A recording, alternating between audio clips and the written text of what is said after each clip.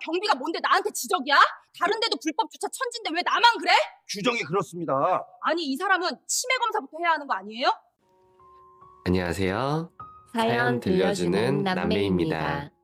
오늘 들려드릴 이야기는 치매라고 소문난 한 경비원의 이야기입니다. 재밌게 들어주시고 끝까지 시청해주세요.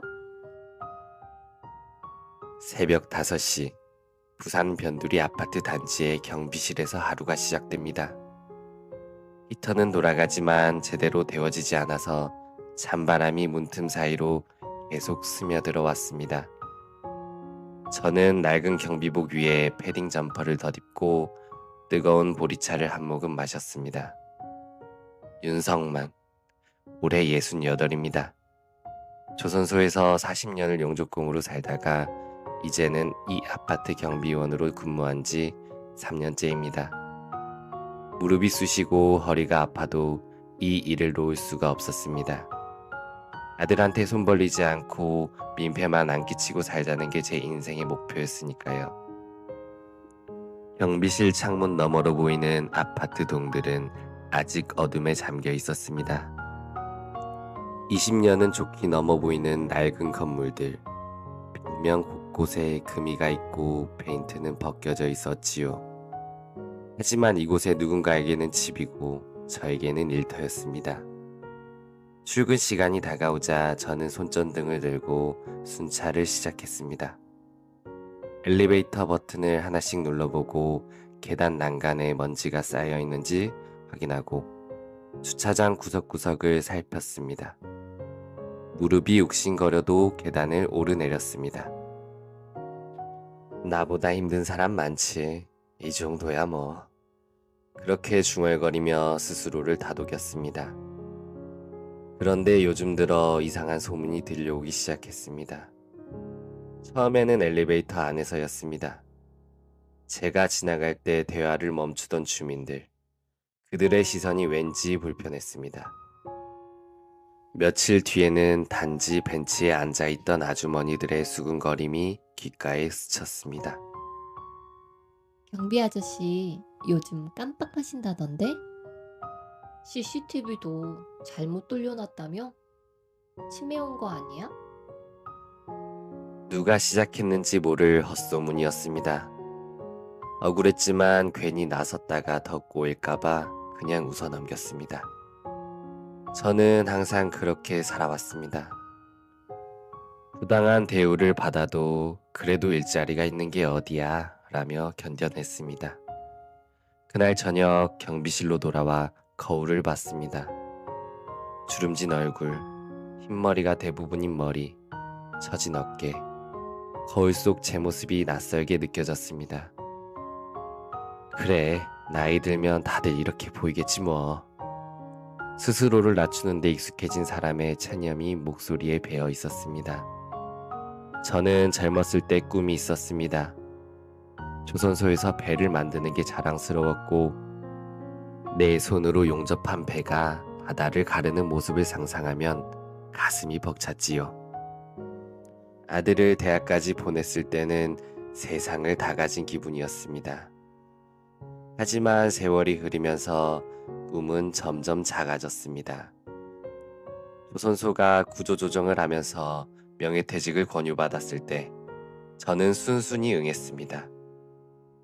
퇴직금으로 작은 집 한 채를 마련하고 경비 일을 시작했지요. 이제 제 바람은 단순했습니다. 아들에게 짐이 되지 않는 것, 그것만이 유일한 목표였습니다. 건강할 때까지 일하고 조용히 살다가 조용히 사라지는 것, 그게 제가 생각하는 늙은 사람의 도리였습니다. 11시, 마지막 순찰을 마치고 경비실로 돌아왔습니다. 낡은 의자에 앉아 CCTV 화면을 바라보면서 저는 내일도 올해도 이렇게 살아갈 거라고 생각했습니다. 아무도 알아주지 않아도 누군가 손가락질해도 그저 묵묵히 제 자리를 지키는 것, 그것이 제가 할 수 있는 전부였습니다. 하지만 저는 몰랐습니다. 제 인생에 예상치 못한 폭풍이 몰려오고 있다는 것을, 그리고 그 폭풍의 중심에 제 아들이 있다는 것을 말입니다. 주말 오후 경비실 문이 열렸습니다. 넥타이를 매고 깔끔한 코트를 입은 남자가 들어왔습니다. 제 아들 윤재훈이었습니다. 재훈아, 무슨 일이야? 전화도 없이. 아버지, 오랜만이에요. 재훈은 42입니다. 한때 잘 나가는 회사 영업팀 과장이었지요. 그런데 오늘 본 아들의 얼굴은 부쩍 말라 있었습니다. 눈 밑에는 다크서클이 짙었고 입가에는 피로가 묻어났습니다. 하지만 말투만은 여전히 위아래를 따지는 듯 했습니다.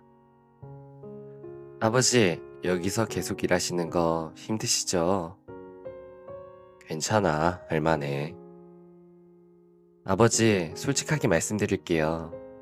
요즘 주민들 사이에서 안 좋은 소문 도는 거 알고 계세요? 가슴이 철렁 내려앉았습니다. 아들도 그 소문을 들었구나 싶었지요. 저는 애써 담담한 척 했습니다. 그냥 헛소문이야. 나이 들면 그런 말 들을 수도 있는 거지. 아버지, 그게 아니에요. 혼자 계시는 건 위험해요. 병원 가서 정밀 검사 한번 받으시죠. 요즘 치매도 많다잖아요. 치매라는 단어가 귓가에 꽂혔습니다. 아들은 계속 말을 이어갔습니다. 그리고 미리 후견인 같은 것도 정해놓는 게 좋아요. 나중에 문제가 생기면 곤란하잖아요. 말은 걱정처럼 들렸지만 뒷말이 이상하게 계산적이었습니다. 저는 아들의 눈을 똑바로 봤습니다. 그 눈빛에는 걱정보다는 다른 무언가가 서려 있었습니다. 재훈아, 무슨 일 있니? 너 요즘 얼굴이 안 좋아 보이는데. 아무것도 아니에요. 그냥 회사에 일이 좀 바빠서요. 아들은 시선을 피했습니다. 그리고는 가방에서 서류 몇 장을 꺼냈습니다. 일단 이거 한번 보세요. 성년 후견인 제도 안내 자료예요. 요즘은 다들 미리미리 준비한대요. 서류를 받아들었습니다. 복잡한 법률 용어들이 빼곡했지요. 저는 중학교도 제대로 못 나온 사람입니다. 이런 서류를 보면 머리가 아파옵니다. 제가 후견인이 되면 아버지 재산관리나 병원 예약 같은 것도 제가 다 챙겨드릴 수 있어요. 아시잖아요. 편하다는 말이 오히려 불편하게 느껴졌습니다. 제 집, 제 퇴직금, 그리고 앞으로 받을지 모를 보상금까지 아들이 관리하겠다는 말이었습니다. 재훈아, 아버지 아직 정신은 멀쩡해. 내 재산은 내가 관리할 수 있어.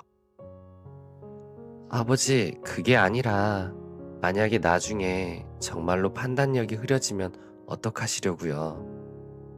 미리 준비하는 게 현명한 거예요. 아들의 목소리에는 조급함이 묻어났습니다. 저는 그때 깨달았습니다. 이건 걱정이 아니라는 것을요. 무언가 절박한 이유가 있다는 것을 말입니다. 재훈아, 너 혹시 돈 필요하니? 아니, 왜 그러세요? 전 그냥 아버지 걱정돼서 그러는 거예요. 아들은 버럭 소리를 질렀습니다. 그리고는 자기가 너무 감정적으로 반응했단 걸 깨달았는지 목소리를 낮췄습니다. 죄송해요. 요즘 일이 좀 많아서 예민했나 봐요. 아무튼 이 서류 한번 읽어보세요. 천천히 생각하시고요.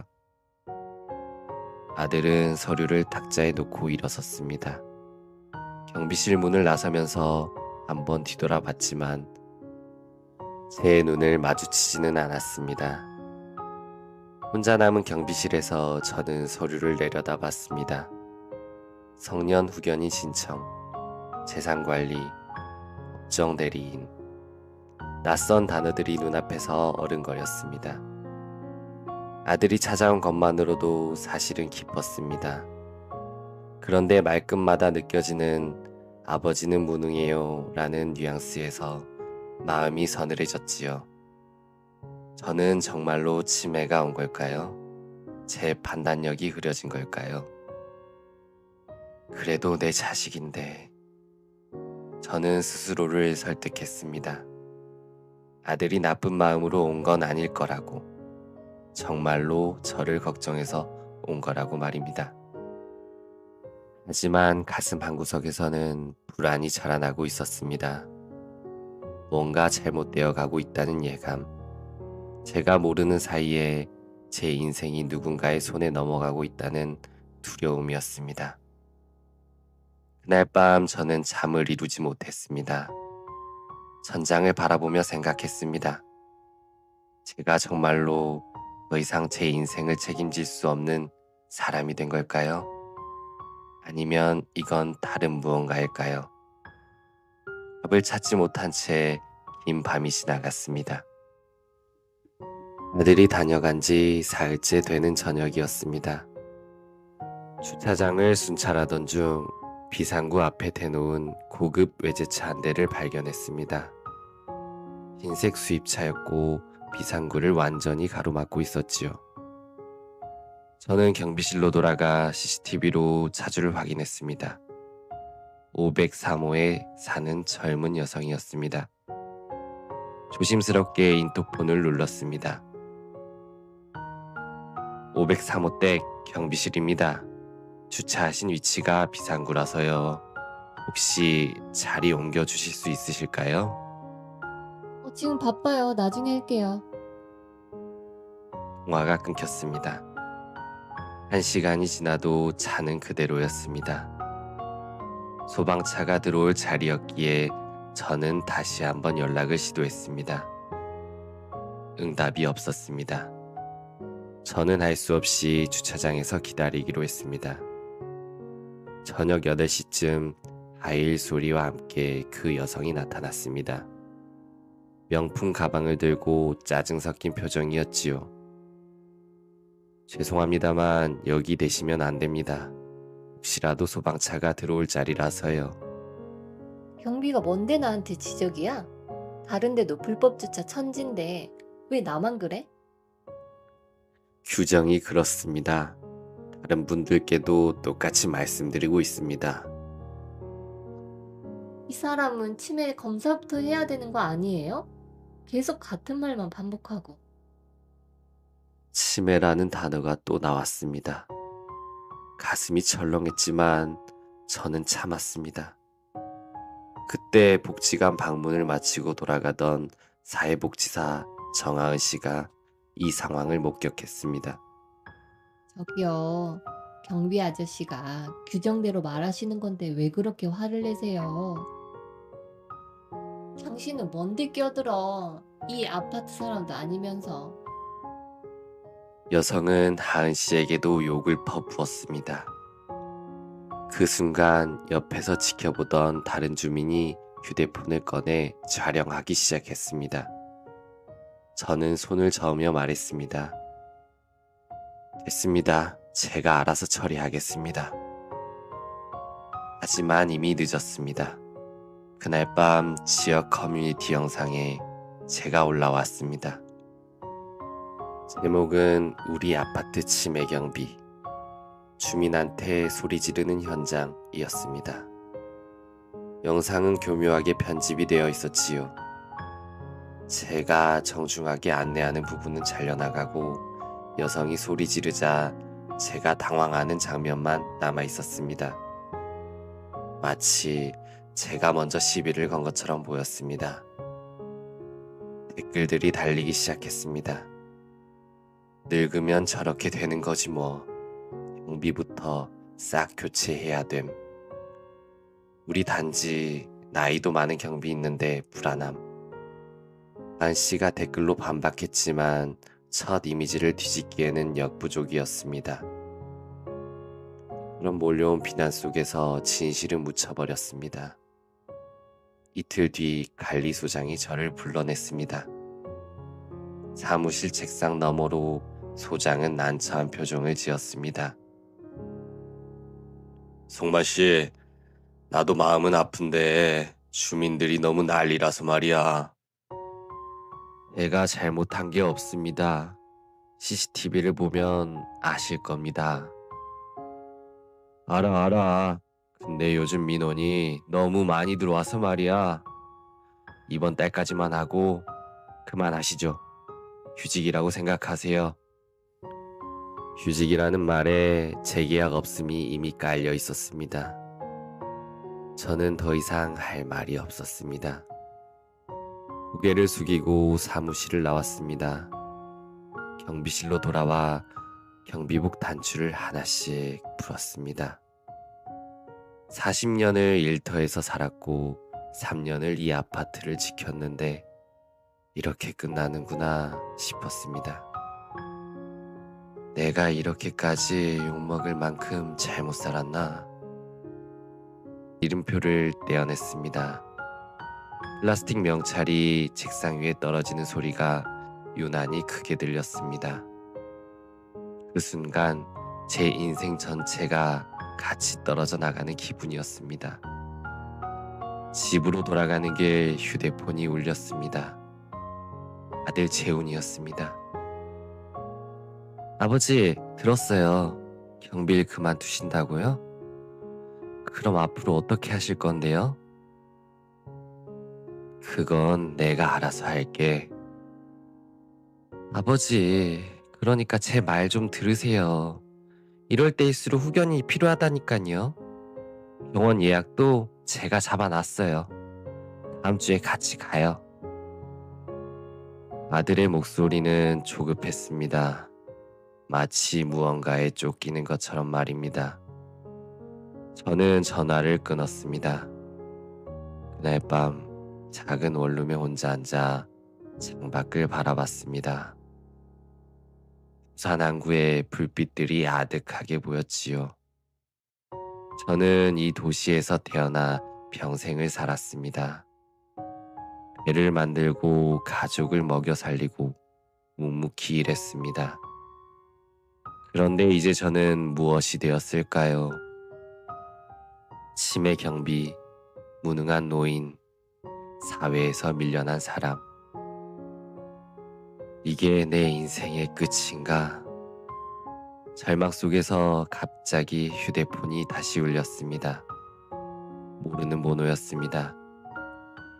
받지 않으려다가 혹시나 하는 마음에 통화 버튼을 눌렀습니다. 윤성만 선생님, 저 정하은입니다. 혹시 지금 통화 괜찮으세요? 네, 말씀하세요. 선생님, 저 그냥 못 참겠어요. 할 말이 있어요. 꼭 만나 뵙고 싶습니다. 아은 씨의 목소리에는 절박함이 묻어났습니다. 무슨 말인지 알 수 없었지만 그 목소리만은 진심처럼 들렸습니다. 저는 대답했습니다. 내일 보시죠. 그렇게 어둠 속에서 작은 빛 한 줄기가 보이기 시작했습니다. 다음날 오후 단지 입구 벤치에서 안 씨를 만났습니다. 그녀는 두꺼운 파일 하나를 무릎 위에 올려놓고 있었습니다. 저를 보자마자 깊게 고개를 숙였습니다. 와주셔서 감사합니다. 무슨 일인지 궁금하더군요. 안 씨는 잠시 망설이다가 입을 열었습니다. 선생님, 저 그냥 못 참겠어요. 사실 예전에 제 아버지를 구해준 사람이 바로 선생님이에요. 순간 머릿속이 하얘졌습니다. 아은 씨는 떨리는 목소리로 이야기를 이어갔습니다. 20년 전 조선소 폭발 사고 기억하세요? 그때 제 아버지가 위험구역에 갇혀 있었는데 선생님이 온몸으로 끌어내 주셨어요. 기억이 떠올랐습니다. 2005년 겨울, 용접 중 가스 폭발이 있었던 날이었습니다. 검은 연기가 작업장을 가득 메웠고 사람들이 비명을 지르며 뛰쳐나왔지요. 그때 저는 쓰러진 동료 하나를 발견했습니다. 정신없이 그를 끌고 나왔고 그 과정에서 떨어진 철골에 무릎을 다쳤습니다. 그때 그 사람이 하은 씨 아버지였습니까? 네, 아버지는 그 일로 목숨을 건지셨어요. 선생님 덕분이에요. 하은 씨의 눈가가 붉어졌습니다. 저는 아무 말도 하지 못했습니다. 아버지가 돌아가시기 전에 항상 말씀하셨어요. 은희는 꼭 찾아서 감사 인사를 드리고 싶다고요. 그런데 선생님 성함만 알고 연락처를 몰랐어요. 제가 복지사가 된 것도 혹시나 선생님을 만날 수 있을까 해서였습니다. 하은 씨는 파일을 열었습니다. 안에는 오래된 신문 기사와 병원 진단서, 그리고 사고 당시 증언들이 정리되어 있었습니다. 선생님이 저희 단지 경비로 계신다는 걸 알았을 때 정말 기뻤어요. 그런데 지금 이런 일을 당하시는 걸 보고만 있을 수가 없었어요. 하은 씨는 또 다른 서류를 꺼냈습니다. 주차장 CCTV 영상의 전체 기록이었습니다. 관리소에 정식으로 요청해서 받았어요. 편집되지 않은 풀 영상입니다. 선생님이 정중하게 안내하시는 모습, 먼저 소리 지르고 밀친 건 차주였다는 게 다 나와 있어요. 그런데 이걸 가지고 어떻게... 선생님, 그리고 또 한 가지가 있어요. 선생님 아드님이 법원에 성년 후견인 신청을 하셨더라고요. 심장이 쿵 내려앉았습니다. 재훈이가 정말로 그 일을 진행하고 있었던 겁니다. 서류를 보니까 아드님이 붙이는 기억력 저하, 판단력 부족이라고 허위 진술을 하셨더라고요. 저희가 준비한 자료로 반박할 수 있어요. 하은 씨는 제 손을 꼭 잡았습니다. 선생님, 싸우세요. 선생님은 누구보다 강한 분이에요. 20년 전에도 누군가를 구하셨잖아요. 이번에는 선생님 자신을 구하셔야 해요. 그녀의 눈빛은 진심이었습니다. 저는 오랜만에 누군가가 제 편이 되어준다는 느낌을 받았습니다. 가슴 속에서 무언가가 뜨겁게 타올랐습니다. 며칠 뒤 법원 조정실에 섰습니다. 하은 씨와 그녀가 소개해준 법률구조공단 변호사가 함께였습니다. 반대편에는 재훈이 앉아 있었습니다. 그들은 제 눈을 피했습니다. 판사는 준비된 자료들을 꼼꼼히 살펴봤습니다. 병원 감정 결과도 나왔습니다. 윤석만 씨, 연령에 따른 약간의 건망증은 있으나 치매는 전혀 아니며 재산관리 능력도 충분하다고 나왔습니다. 판사는 재훈을 바라봤습니다. 윤재훈 씨, 부친의 재산과 보상금을 왜 본인이 관리하려 하십니까? 재훈은 아무 대답도 하지 못했습니다. 조사 과정에서 재훈의 빚과 투자 실패가 모두 드러났습니다. 결국 후견인 신청은 기각되었고 재훈은 허위 서류 작성으로 기소되어 집행유예를 받았습니다. 법원을 나서는 복도에서 재훈이 제 앞에 무릎을 꿇었습니다. 아버지, 난 그냥 아버지 인생이라도 좀 바꿔드리고 싶었어요. 아들의 얼굴은 처참하게 무너져 있었습니다. 하지만 저는 더 이상 흔들리지 않았습니다. 내 인생은 내가 책임지고 산다. 네가 바꿔야 할 건 내 인생이 아니라 네 인생이다. 짧고 단호한 대답이었습니다. 재우는 고개를 들지 못했습니다. 법원 계단을 내려오는데 아은 씨가 제 옆에서 걸었습니다. 햇빛이 따뜻했습니다. 선생님, 이제 괜찮으시겠죠? 고맙습니다. 아은 씨가 아니었으면 난 정말로 내 인생을 빼앗길 뻔했습니다. 아니에요. 선생님이 먼저 제 아버지를 구해주신 거예요. 저는 그 빚을 갚은 것 뿐이에요. 아은 씨는 환하게 웃었습니다. 그 웃음이 20년 전 제가 구했던 생명의 무게를 담고 있다는 걸 저는 비로소 깨달았습니다. 그리고 또 한 가지 깨달았습니다. 제가 쓸모없는 사람이 아니라는 것. 여전히 누군가에게 필요한 사람이라는 것을 말입니다. 아은 씨, 이제부터라도 제대로 살아보려고 합니다. 네, 선생님. 저도 계속 옆에 있을게요. 그날 저는 처음으로 알았습니다. 인생이 끝났다고 생각한 순간에도 새로운 시작은 가능하다는 것을요. 법원 판결이 난 다음 날, 아은 씨가 지역 커뮤니티에 글을 올렸습니다. 제목은 우리 아파트 경비 아저씨, 사실은 이런 분입니다. 였습니다. 과거 조선소 영웅 이야기, 복원 영상의 전체 맥락, 그리고 허위 소문의 진실이 모두 담겨 있었습니다. 댓글이 달리기 시작했습니다. 죄송합니다. 제대로 알지도 못하고 욕했네요. 경비실이터 새 걸로 바꿔드려야겠어요.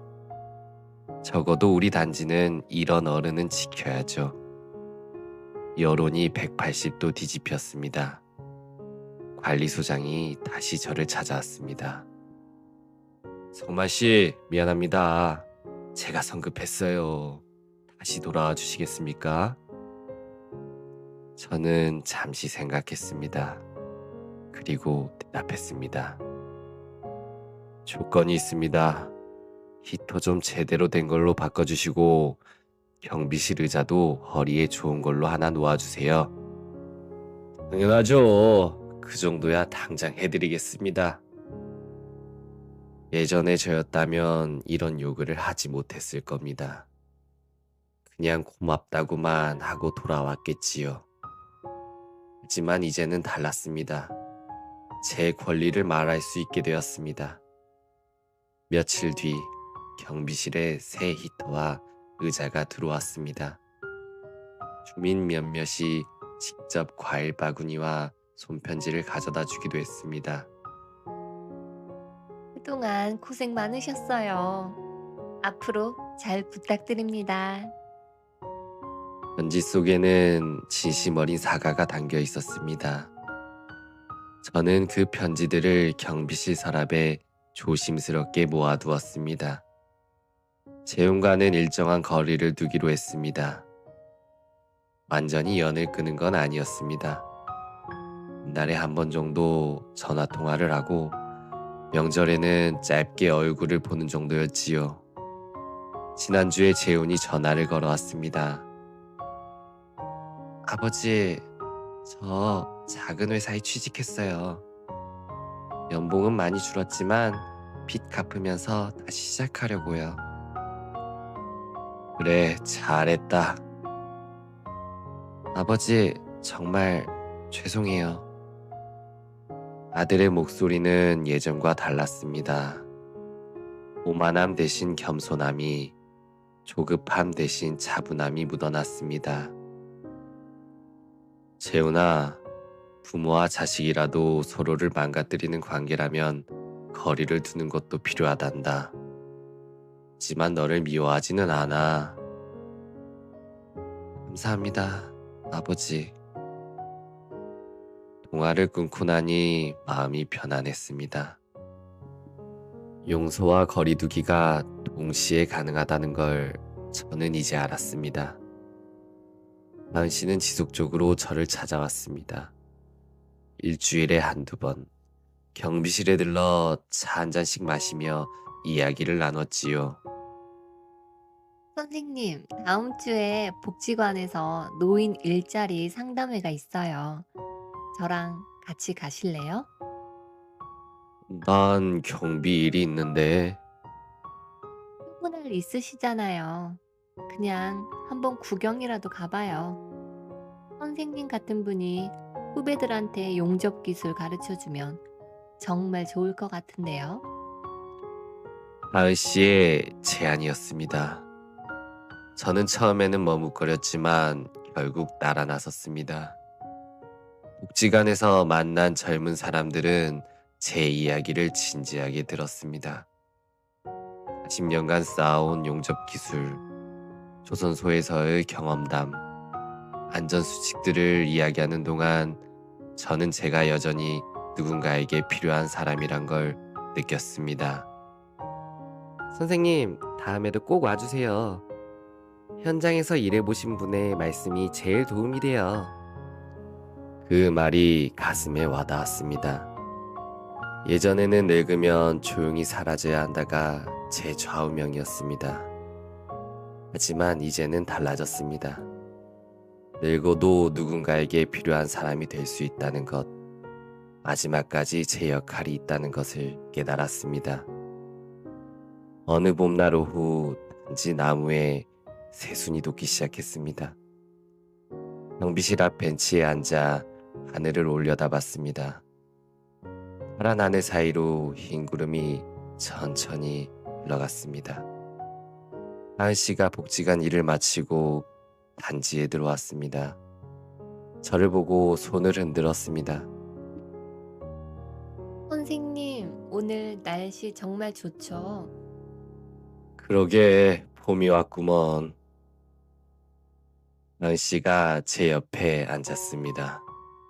두 사람은 한동안 말없이 하늘을 바라봤습니다. 선생님, 다음 달에 복지관에서 어르신들 소풍 가는데 같이 가실래요?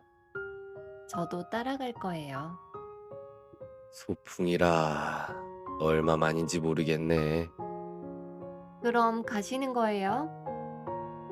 가야지. 하은 씨 가는데. 하은 씨가 환하게 웃었습니다. 그 웃음이 따뜻했습니다.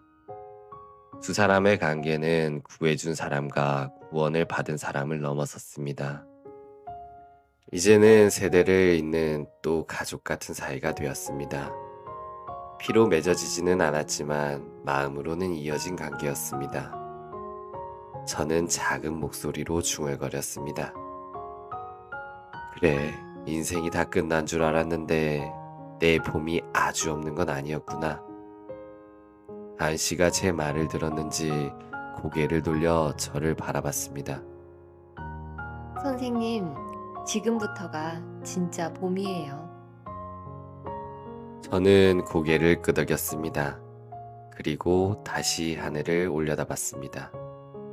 68년을 살면서 많은 것을 배웠습니다. 용접 기술도 배우고 가족을 책임지는 법도 배웠습니다. 하지만 가장 늦게 배운 것이 있었습니다. 스스로를 지키는 법, 도움을 받아들이는 법, 그리고 마지막까지 존엄하게 사는 법이었습니다.